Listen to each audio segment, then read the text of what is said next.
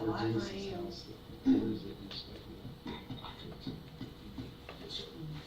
On the dump road, ain't it? Yeah, it kinda almost White crossed that frame. big column. Yeah. By Davy. Dennis. Across. Yeah, pretty close. This is a regular board meeting of Tatum ISD. It is now 5:30 PM on February 9th, 2026. We have a quorum. Mr. Skinner will lead us in the pledge of allegiance, followed by Mr. Crawford giving the invocation. pledge allegiance to the flag of the United States of America and to the republic for which it stands, one nation, under God, indivisible, with liberty and justice for all. Dear Lord, thank you for bringing us here today. We ask that you help this board make good decisions for the students, the staff, the admin. We ask that you wrap your arms around the students as they go into the spring semester and all those that are traveling for different activities. Protect them and guide them. And we ask this in your name. Amen. Amen. You got anybody, Ms. Dean? No, sir. I need a motion to approve the item as presented minutes of the regular board meeting, January 12th, 2026, and the 2026 Walkout Eagles retainer agreements. Mr. President, I so move. Have a motion by Mr. Smith, have a second. Have a second by Mr. Skinner. Any further discussion? All opposed, none, motion carries. All right, Mr. President, Board of Trustees, the first item that we have is just to kind of get you update on the board election. We have 2 spots open currently right now. They are Ms. Smith and Mr. Skinner, both incumbents, and they both have signed up. The dates for filing are January 13th, February 13th. And so April 20th is the first day of early. April 28th is the last day of early. May 2nd would be the election, and then May 11th, we have a board meeting to canvass the votes. Next is going to be a budget update. Mr. Milam's going to present our latest where we stand currently right now on things. Okay, this is as of the third 6 weeks data. We're still looking pretty good on the revenue side. That looks like we are going to hopefully stay in the green at the end of the year. That's what's projections 1.2, that would be a surplus. So that's not what we're saying right now. Everything remains the same with property values, of course, and the student pop. Well, we added some things. Dr. Richardson wanted me to add a few things in here to get some more clarity for you guys and more transparency. And these are things that we look at throughout the year. You want to look at the cash flow first? Sure. So this is something that Dr. Richardson looks at to make sure if there's anything that doesn't pass the eye test from an expenditure standpoint from month to month, or kind of keep us on track of our cash flow, make sure we are on pace. Obviously, we're on pace a little bit more than last year. This is last year's number for each month. We're ahead of that because of the Vader. And so that's kind of where we stand right there in January. And obviously that's broken down by state, by local revenue, which is our taxes, our state revenue, which is state aid, and federal revenue, which is a little bit of some charge money. And those are expenditures by object code, payroll, contract services, supplies.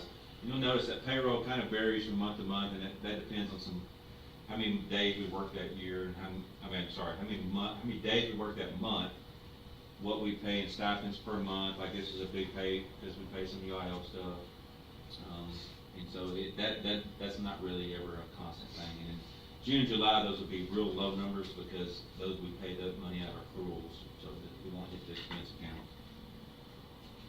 Any questions there? All right, so this is another report we want to throw up there, and this is our MOE for special education. Every year we got to spend the same amount or more in special education per year, okay? And there's 4 tests, and all you got to do is pass one. The 4 tests are state versus local, the total, state versus local per kid. The one we focus on using, one that we usually always pass is this one right here, our total expenditures from year to year. And so we pass that, therefore we pass them over. And that's typical. We usually pass that. That's the one we pass every year. because the fluctuation in the number of special ed kids kind of fluctuates, and so that bar is kind of a moving target. Okay?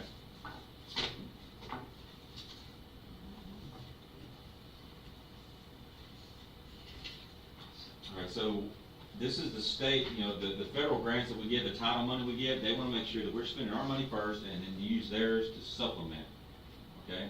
Not supplant. They want to make sure we're not saving our money and spending theirs. They won't want us to spend ours first. And so this is really more what we make sure that Mr. Malone, Jennifer Malone takes care of our federal grants. And so this is just a report showing that we're going to basically exceed expectations on that. We're projected to pass that SMOE.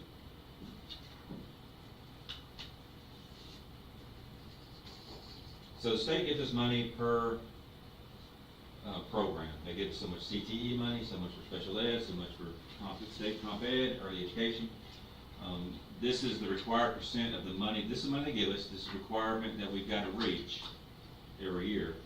And this shows that we haven't met the requirement based on last year's audit. Or this year's progression. That we're projected to meet the requirements, so to speak. And I think there might be one more. Okay, this is the one we had the last board meeting where it shows us basically how we're progressing throughout the budget per function. And so you can look at that, and if you have any questions, you certainly email me. But again, don't forget that some of these are going to be high percentages because we, for instance, spent the whole budget line early in the year, like with the multiplier, so you'll see that expenditure almost fulfilled. But feel free to look through that. It's kind of cumbersome, but if you have any questions on it, it's divided by function. There's 11, there's 12, there's 13, so you can kind of look through that. So y'all know we meet every 6 weeks, and this is some of the data that we go over, just to make sure that everything looks, there's no period out of place or anything of that nature. You know, Mr. Malone does a fantastic job, as y'all know, keeping up to date on all this. Okay, so I do want to bring I haven't gotten with you yet, but we got a royalty check this month for just $3,000. And remember, the first one was 19 over 3 months.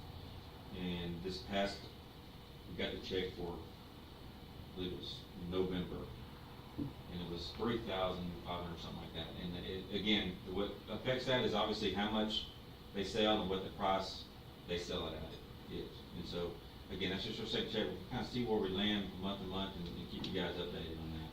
But I did include it into this budget update. All right. Thank you, sir. Thank you.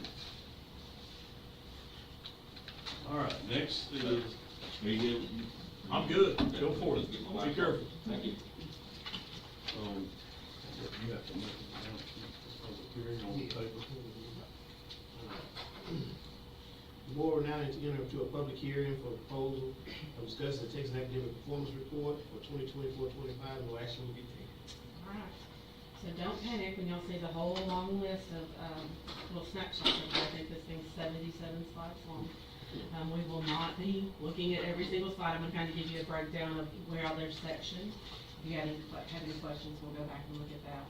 But, so the table report includes all the information about our STAR data, our CCMR, our attendance, graduation rates, dropout rates, demographics, teacher demographics. I mean, it's pretty much everything you can imagine about the district. It includes last year's budget, similar to what, Mr. Milam just presented for the ongoing year. But most of this data is a year behind. There are a few things that fall 2 and 3 years behind, depending on what you're looking at. So for instance, they follow the enrollment rates for college, and I'm not going in order, there's a lot on there, but they follow the enrollment rates for college. So you have a 5-year longitudinal rate and a 6-year longitudinal rate. So those have to follow a couple of years behind the current school year that we're in. And those are towards the end. So the first few slides here, I think slides 1 through 11. I'm sorry, no, you can stop, because unless they have a I was trying to get to the college stuff, but go ahead. No, if they have a specific question, I've got those slides kind of Yes, broken ma'am. down so we can look at it. But, Okay. first slides just tell you what it is, and why the state has us present it and what's required on that. When you get to slides 11 through 32, that is your approaches and meets for STAR. We have looked at all of that on more than one occasion in board meetings. So y'all have seen this data, this is just another way to look at it. It's broken down by demographic, by sub-pops, whether that be your economically disadvantaged, emerging bilinguals, gender, ethnicity, all those kind of things. So that's gonna be on 11 through 32.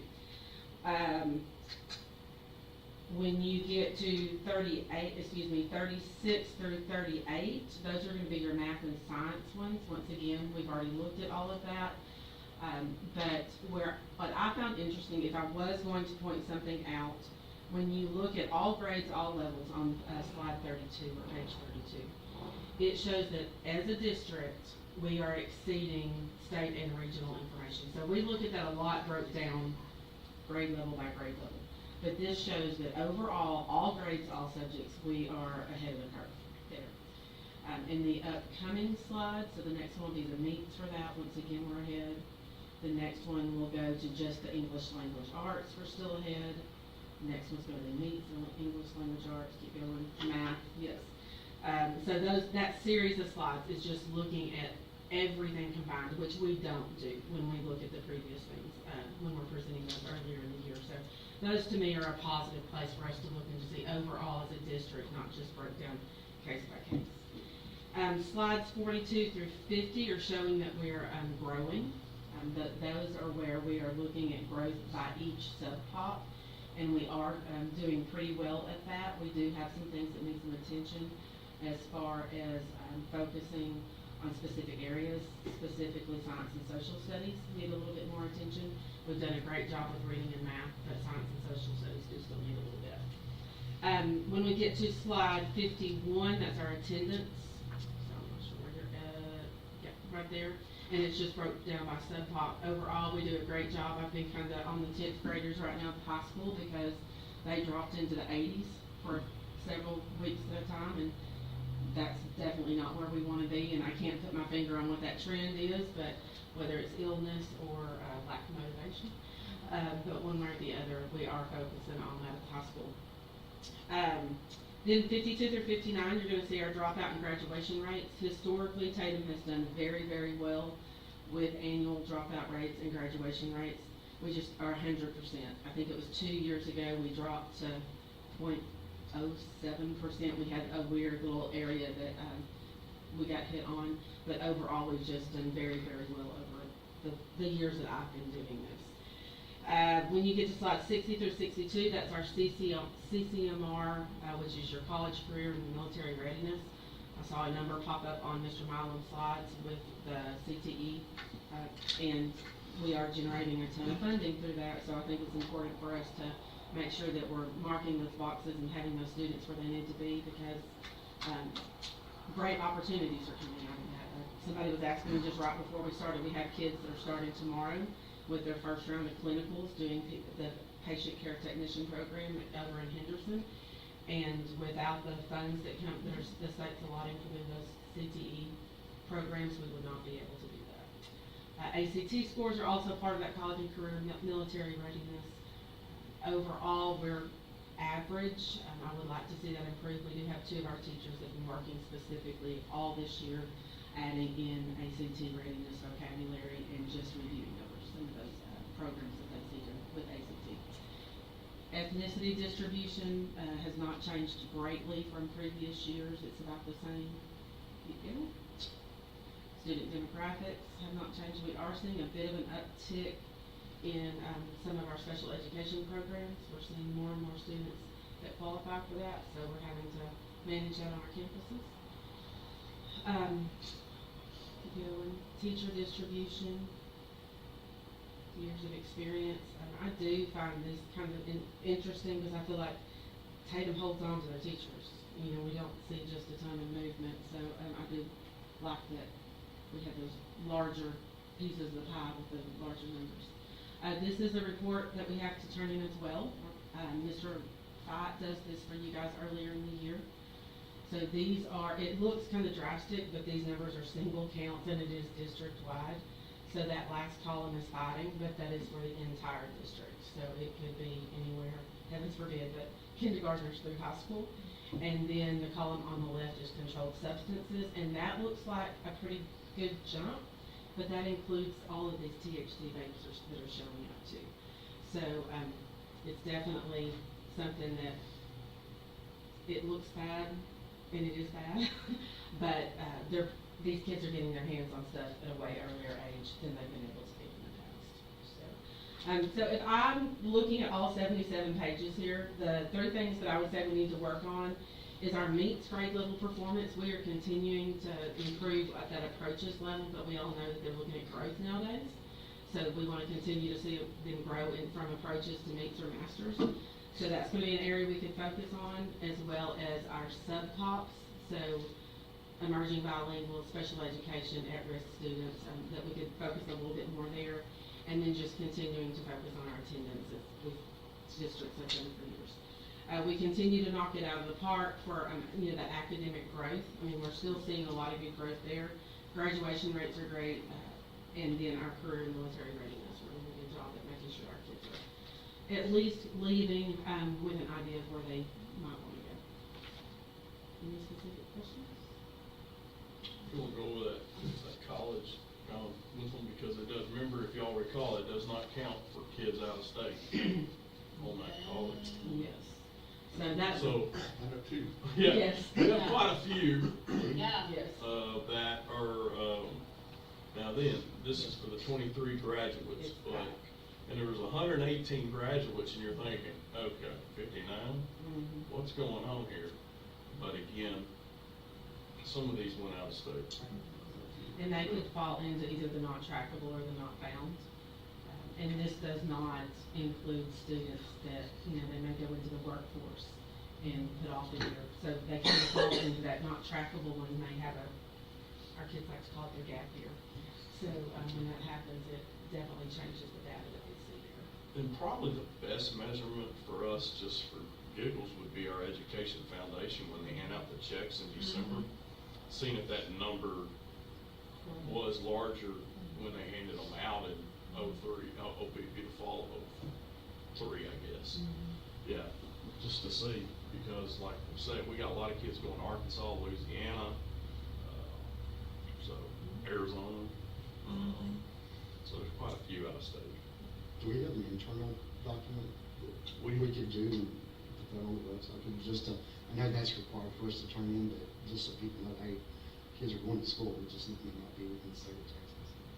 I mean, we'd have to get with the Education Foundation. We got a meeting coming up in a couple of weeks. We could talk to them and see about if Claudia's got a list. And I then bet we she could does. compile all this. I wouldn't wanna put this up here, cause Yeah. somebody that doesn't know the rules, they'd be going, wow, 118, they only got, they only got half of them going. So, but yeah, that's a great point. We could do that. Good point. And once this is presented to you guys tonight, it will go on all of the websites, it will be available in the offices and in the library.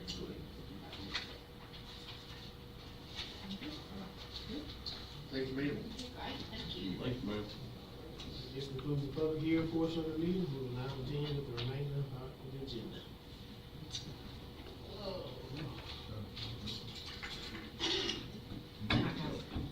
Good evening. Thank you.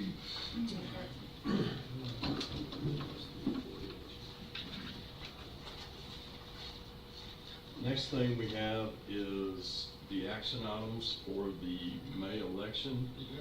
We have to, call the election. So I'd ask that the board consider and approve the May 2nd, 2026 school board trustee election. Sorry. I need a motion to approve the order of the May 2nd, 2026 school board trustee election as presented. Make a motion. I have a motion by Mr. Crawford, Mr. President, I second we have a that. second by Mr. Smith. Any further discussion? We won't have it, right? Yeah, they will not have one if, Okay. All in favor? All opposed? Motion carries. All right, next item is the state is requiring us to, in every school district, to either adopt or not adopt a daily period of prayer, reading the Bible, or other religious texts. Just to kind of give you some background on this, This was passed in the 2025 legislative session. If a board is to adopt this, it would require all campuses, TPS, TES, TMS, THS, to offer a period of prayer and reading of the Bible or any religious text that someone wants to read. And so there is some data out there. I don't see a lot of schools that are going in this direction. There was 160 faith leaders across the state, pastors, that sent out something to the superintendents. And I guess the main thing is we currently have a policy in place that allows our students to read the Bible at lunch, before school, after school, during school, if they've got their work completed. We have something like this already in place. What this would, and you're saying, well, what would be the difference? What would be the difference is we have to send out consent forms now, and we would have to collect those consent forms, and somebody in the office would be responsible for that. This consent forms would have to have basically a statement that says that the person has no objection to the student or an employee's participation in hearing or readings. So basically, an employee could be reading a prayer, reading the Bible to someone. Currently, we don't do that whatsoever. Also, the waiver has to put something out to say you would not sue the school district. They are predicting lawsuits are going to be filed because the Attorney General has been directed to defend all school districts that choose to do this. The next thing that you have to have, besides the consent forms, is just making sure you understand, well, I talked about the waiver of liability. The next thing was ensure consenting participants, that if you're not a consenting person that is agreed to this, like your folks don't sign off on it, we have to make sure you don't hear anything. So we have to make sure wherever we have this class, either, and you can have the class before school, after school, or during the day. If it cannot be during instructional time, but we have to be assured that you're not, in their words in the law, says earshot away. So you can't be outside the hallway listening or anything of that nature. So that's going to involve faculty and staff monitoring that situation. I talked about the non-instructional time. We got to find locations, plus we'll need to come up with a roster. Each campus will have to have a roll sheet to say, hey, Matt and Erica and JP have permission to be in there, but Stephen and Kip, they do not. And so we've got to find a place to keep them separated and all that. The other concern would be that I put down here would be the fact that I feel like you could have some pressure from kids, because some kids might feel like, well, I don't want to go in there, but my teacher's running it, but if I don't go in there, the teacher's going to hold that against me. Or it could be a situation where she's making fun of me because my parents signed a waiver and I got to go into his classroom, and so it could cause some animosity between the students, and then the administration's got to get involved to separate the religious part of it, and we don't need to be fighting about this. And then, well, why aren't you coming in here? Are you atheist? Or and then you're going to have to deal with that. And so our recommendation is that we do not approve this tonight, and that the board, they have to take a record vote, and each of you will have your name called, and we would ask that you as administration vote no for this, based off of some of the things that I've brought up. Now, if you've got questions, I'll be more than happy to answer any of them to the best of my ability. Have we had anybody approach us about this at all? No. So if someone's not Christian, do they get that same opportunity if they're Muslim or Islam or whatever? They could go in that classroom and To potentially, pray out loud. You've got 3 separate holes in them. for those that Oh, don't no. want to attend, those that want to give. I mean, I think it's a step in a good direction. I mean, I see. Well, what they'd you're all saying. have to be in the same It can, room. it can really, you know, But we already have stuff in place where they. Yes, we have moment of silence every morning across this district. We have see at the poll. And nothing gets bringing your Bible, reading it, No, lunch, or. anybody can bring about, you In the can write. classroom afterwards. Oh, yeah, you can write and everything and all that. I just feel like this is going to be more issues, and we currently allow this to happen currently right now, but when you start limiting it and saying, hey, here's the designated classroom, and then let's say you need to come in and get some help, and we do it before school, well, you can't get in that classroom, there's teachers in there monitoring that. And then when you think about the lower levels, those kids all go to their homeroom teacher. Well, we've gotta have personnel to keep the kids that aren't allowed to go in there. Not saying it couldn't be done, it's just, it's a lot of hoops to have to jump through, and what scares me is they're already predicting there's gonna be some lawsuits on this. Oh, Yeah. That's a new guarantee. So, I was just sitting there thinking, man, have we ever had anything? I mean, I'm talking about even when I was in school. Right. You know, my mind's going all the way back to when I was in school.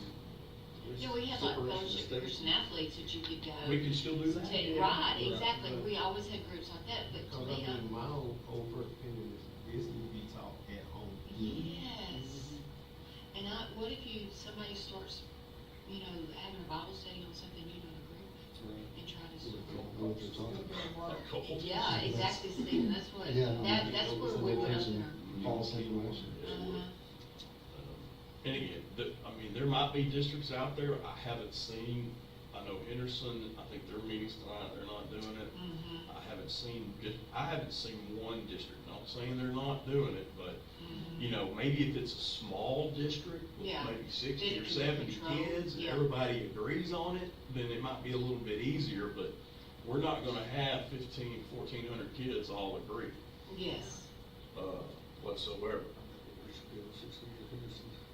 Well, it's, we got all we had the posters donated this year, for the classrooms, the Ten Commandments, and now they're wanting this, or not they, but this was a legislative bill that came out, and everybody's kind of pushed it to March, because that March 1st is the deadline, they pushed it back. So, it's our recommendation that when the president calls your name, that you vote no. Do we have a turning point chapter here? No, we do not. Because I was just thinking, I mean, that's a voluntary thing that you can say, well, they're free to go to that, I mean, outside of high security. So,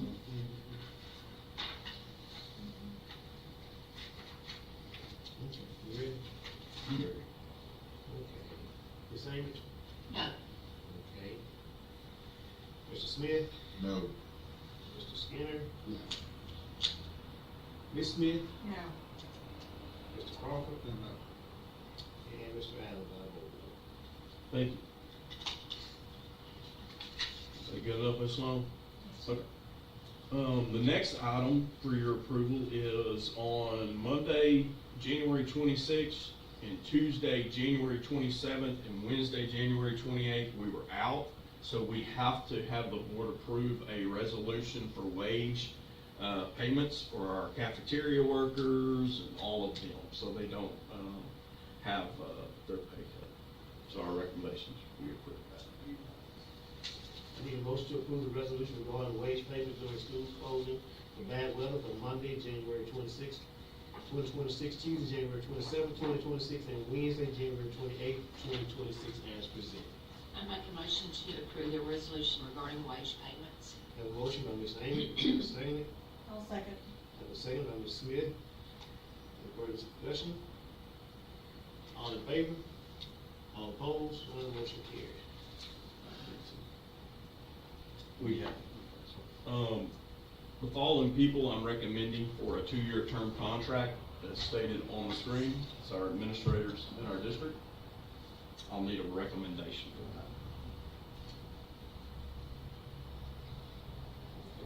I need a motion to approve the contract renewal for school administration as presented by Dr. Richardson. I'll make a motion to approve. A motion by Ms. Amy, Second. a second by Mr. Skinner. Any further discussion? All in favor? All opposed? None motion carries. The next item is to inform you of our resignations that I've accepted. Ms. Sherry Finn, primary school teacher, retirement. Ms. Candy Deason, primary school teacher, retirement. Pam Prather, primary school teacher, retirement. Deborah Head, middle school teacher, retirement. Kim McMahaney, will be retirement, elementary school. And Linda Robertson is retiring again. She came back to help us at the elementary school. And then at high school, Kristen Stovall, will be resigning. They are moving. So I just had to inform you all on that. That's all. So that's 6. That is how many? 1, 2, 3, 4, 5, 6, 7. And that's all I got. Okay. All right, regular meeting of the Tatum ISD Board of Trustees is now adjourned. It is 6:01.